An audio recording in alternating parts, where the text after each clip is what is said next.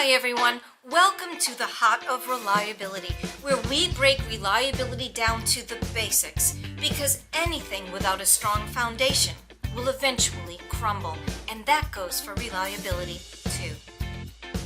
I'm Nancy Regan, and welcome to episode 5 of the Heart of Reliability, where today we're going to talk about the human element when it comes to reliability. The reason why I started this podcast is because I want to bring the basics back to reliability. I think to a large degree in our industry, a lot of people are focused on, for example, sophisticated condition monitoring equipment and techniques and software systems, etc. And those things are necessary. Those things are valuable. Those things can really help us to achieve our reliability goals. But when those more sophisticated things are focused on in the absence of making sure that reliability is rooted in the basics, they just end up not working. Best case, they end up not working. And, worst case, we lose a lot of money in the process, but more importantly, our time. Because my mentor, John Mowbray, taught me that as human beings, time is our most valuable asset. And that goes for our personal lives as well as our professional lives.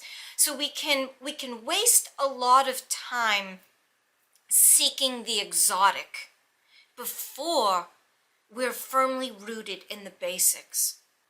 My goal for the first 5 episodes of this podcast is to talk about what I think are the 5 most important basics. In the first 4 episodes, we focused on the technical part, right? In episode 1, we talked about what reliability even is, what that means, and generally how we get it. And in episode 2, we talked about failure modes, what specifically causes failure. That's the currency of our equipment and why it's important, why it puts us in a position of strength when we identify them. And then in episode 3, we talked about preventive maintenance. And in episode 4, we talked about condition-based maintenance and, how to correctly assign those maintenance intervals. So it's really been all about the technical aspect. So in this episode, I want to talk about the human element, because really when you think about it, no matter what kind of machine we have, no matter how old the machine is, how simple it is, how new it is, how sophisticated it is, at the end of the day, it is people who take care of our assets. And so I want to focus on 2 things. I want to focus on people with respect to the technical aspect of it, but then I want to talk about the more personal aspect, about being a human being. So first of all, let's talk about the technical aspect. And the focus of this podcast, again, is to talk about the basics. So when it comes to the people within our organization, we've heard the question asked before a lot. Who's responsible for reliability, right? And of course, the answer is everyone. Everyone is responsible for reliability, right? Starting at the very top with management, to middle management, to, people who operate and maintain our equipment. And then, of course, we've got logisticians, people responsible for our tech manuals, and so many others. Everyone has a hand in reliability, and when everyone isn't firmly rooted in the basics of reliability, things start to crumble, right? Because, another reason is that understanding the basics and being rooted in the basics starts to develop that reliability culture that we often hear. I'm going to do an episode that is solely and specifically on reliability culture, but I want to touch on it here. When reliability is rooted in the basics, and that means that anyone who has anything to do with reliability understands those basics, it really makes for a cohesive team, right? I mean, just for example, in episode 4, we talked about condition-based maintenance and the P2F interval, and why it's important for people to understand that. So when people understand the basics, it brings people together because everyone gets to understand everyone else's perspective better. Okay, so that's the technical part of reliability. Without going into the specifics of the technical part of it, just people being exposed to it. For example, making sure an operator understands the same basics that a manager does, that a maintainer does, right? It brings people together.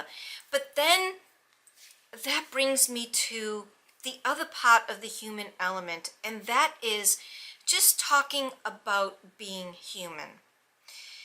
You know, people operate and maintain our machines, and you know, it's easy to think when we're at work that, you know, we're kind of in the professional mode, and it's easy to forget that everyone is a human, and as a human we've got things going on, right? So we've got personal things going on, and some people have personal problems and tragedies, and some people have all kinds of triumphs going on as well. And all of these things affect us and how we interact with each other.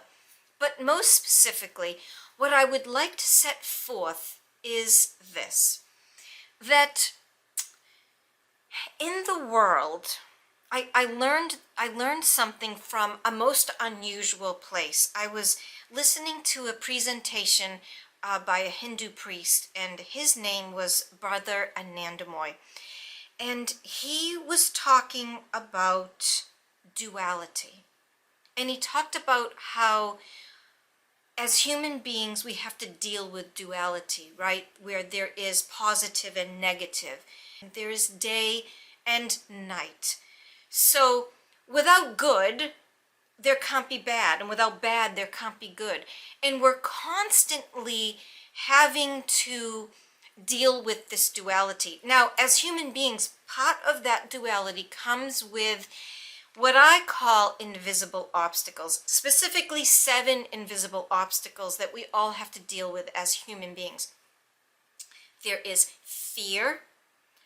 There are the voices that we hear as human beings, right? Things like, well, you know, don't ask that question, you'll sound like an idiot. Well, don't say that in this meeting, because then they'll know you don't know what you're talking about, right? Well, don't suggest that. Who are you to be suggesting that? You know, no one wants to hear what you have to say. We've got these voices that attack us from time to time. And it's just part of this duality that we have to deal with as human beings.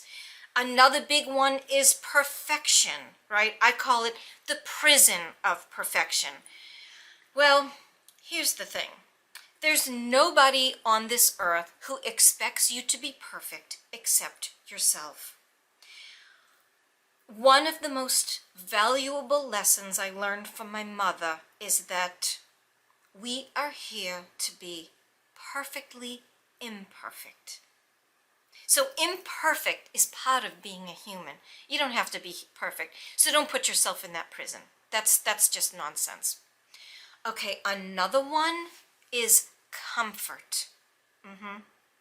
Now, comfort can really rob us of our most valuable asset, and that is time, our time. Because we can really be lulled by comfort. You know, it's really nice at the end of the day, you know, putting 8 hours in and then sitting down on the couch and watching Netflix or a movie or whatever, surfing the internet, looking at our phone, whatever it is we do to relax and unwind. You know, comfort is definitely necessary, and downtime and relaxation is definitely necessary. But as human beings, it's very important that we don't get caught up in comfort's web. I'll have more to say on that later, but just know that that's one of the invisible obstacles. Another one is overwhelm, right? Where we've got so much going on. A lot of times in our organizations, when it comes to reliability, we're operating in reactive mode or firefighting mode, right? Running from one failure to the next, to the left. This line is down. We got to get, we have to get this one up. It can be really chaotic, and it can make us feel very anxious, but yet we have to deal with these things, right?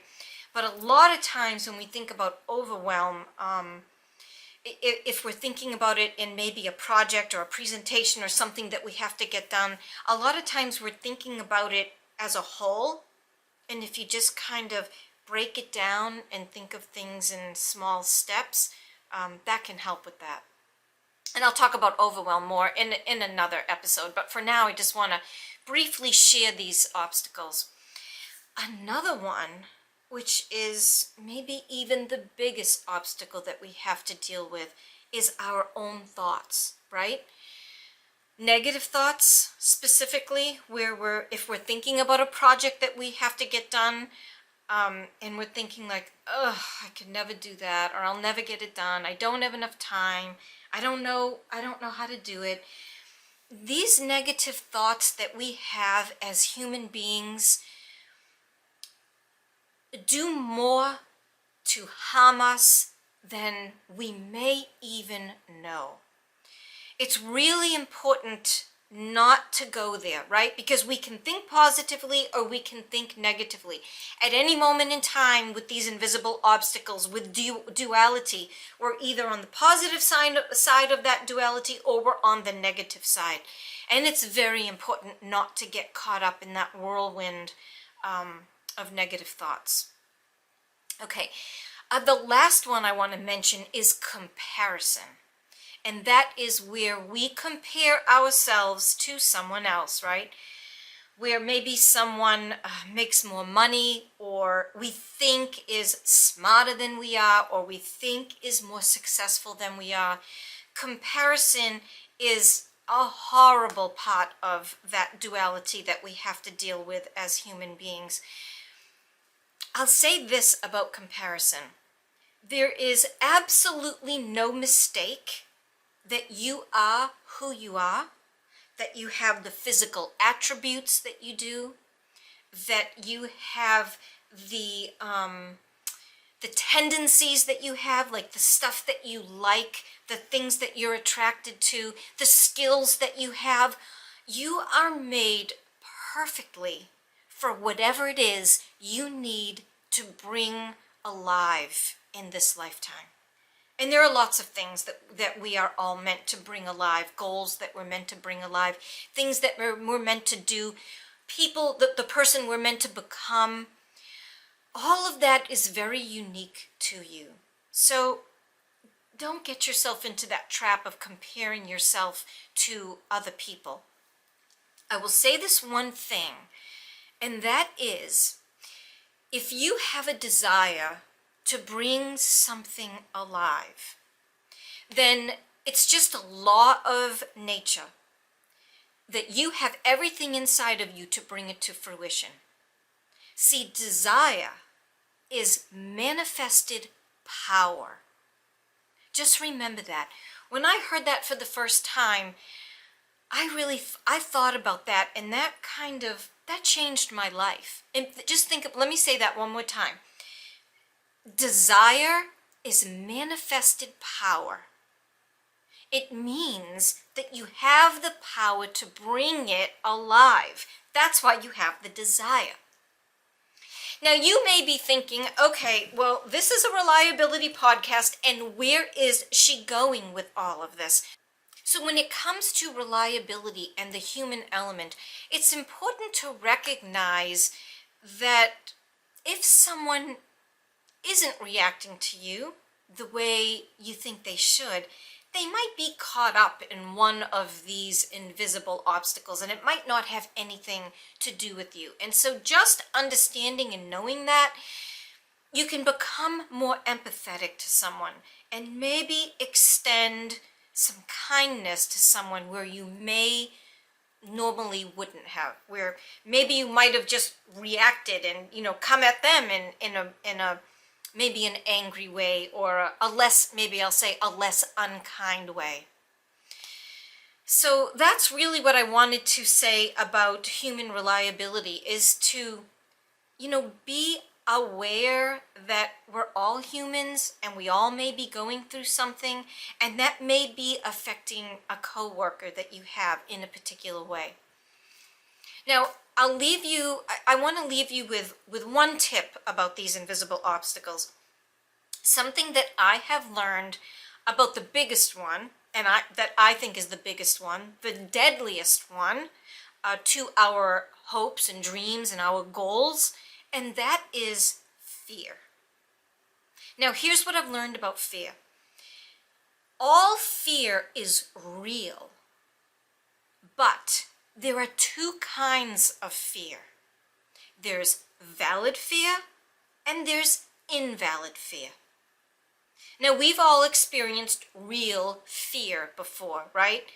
I don't know, maybe you find yourself in a city late at night and you walk the wrong way and you find yourself in a really dark street.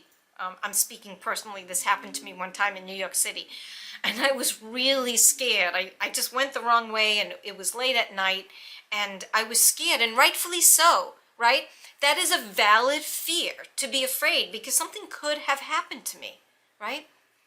But then there is that other kind of fear, that invalid fear, the fear where we think, maybe I'm not good enough to do that, or she's going to think I'm a moron if I say that, or oh, I'm not even going to try because I'll probably fail at it anyway. You know, usually when we're feeling afraid of something and it kind of stops us in our tracks, it stops us from even moving forward, that's an indication that that is an invalid fear. And there's a really effective way to deal with it. The most effective way I've learned to deal with it is this. Now, you may think I'm a crazy nut with what I'm about to say, but I promise you I'm not a nut, and this works. This is thermodynamics. We know from thermodynamics that energy can neither be created or destroyed. It can only be transformed from one form to another. Now, there's no denying that fear is energy, because when you're afraid, you start to get hot, you start to sweat, maybe you start to shake, you feel a different way. So that's definitely energy. Now, some people will say, well, you know, just forget about the fear and do it anyway. Well, you can't forget about the fear, because you can't just eliminate it because it's energy, but you can change its form. So here's where you may think I'm a nut, but I promise you it works. I use this technique almost daily. What I want you to do with that fear is give it a name. Yes, actually name it, and give it a job. You can, maybe you're going somewhere on the weekend and it's going to be a place where it's going to be really tough to park.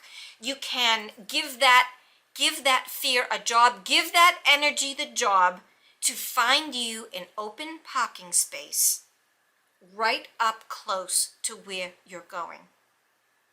Maybe there is a particular brand of yogurt or something that you really like and they're out of often at the store. Give it a job to make sure that the right amount is there for you that you want to buy when you go to the store. You can give it any number of jobs. One job that I often give, that my fear energy, is I tell it to go give me a good seatmate on an airplane, to either leave the seat next to me empty or just find, you know, a nice person who won't talk my ear off and doesn't stink. I'm telling you, this technique works. I'm not a crazy woman. It's thermodynamics. Energy can neither be created or destroyed. It can only be changed from one form to another.